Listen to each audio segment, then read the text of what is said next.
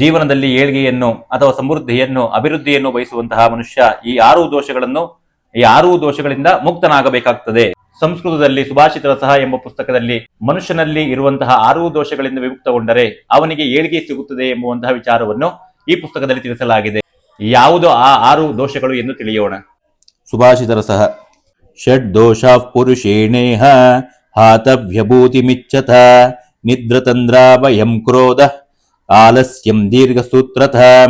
ಅತಿಯಾದ ನಿದ್ರೆ, ಮತ್ತೆ ನಿದ್ರೆಯ ಮಂಪರು, ಮತ್ತು ಹೆದರಿಕೆ, ಯಾವುದರ ಬಗ್ಗೆಯೂ ಕೂಡ ಹೆದರಿಕೆ ಪಟ್ಕೊಳ್ಬಾರ್ದು, ಮತ್ತು ಕೋಪವನ್ನು ತ್ಯಜಿಸಬೇಕಾಗ್ತದೆ, ಮತ್ತು ಸೋಮಾರಿತನ ಮತ್ತು ವಿಳಂಬ, ಕೆಲಸವನ್ನು ಮಾಡುವಂತ ಸಂದರ್ಭದಲ್ಲಿ ವಿಳಂಬ ಮಾಡಬಾರದು, ತಡ ಮಾಡಬಾರದು. ಈ 6 ದೋಷಗಳನ್ನು ಬಿಟ್ಟರೆ ಅಂತಹ ಮನುಷ್ಯನಿಗೆ ಏಳ್ಗೆ ಅನ್ನುವಂತಹದ್ದು, ಅಭಿವೃದ್ಧಿ ಸಮೃದ್ಧಿ ಅನ್ನುವಂತಹದ್ದು ಜೀವನದಲ್ಲಿ ಆಗೇ ಆಗ್ತದೆ ಎನ್ನುವಂತಹ ವಿಚಾರವನ್ನು ಸೂಚಿಸಿಕೊಡುತ್ತದೆ. ಈ ದೋಷಗಳನ್ನು ಬಿಡ್ತೀರಾ ಅಥವಾ ದೋಷದ ಪರಿಹಾರ ಅಂತ ಹೇಳಿ ನಾನಾ ಜ್ಯೋತಿಷ್ಯಗಳ ಮೊರೆ ಹೋಗ್ತೀರಾ ಅನ್ನುವಂಥದ್ದು ನಿಮಗೆ ಬಿಟ್ಟಿದ್ದು. ನಿಮ್ಮ ಉತ್ತರವನ್ನು ಕಮೆಂಟ್ ಮುಖಾಂತರವಾಗಿ ತಿಳಿಸಿ.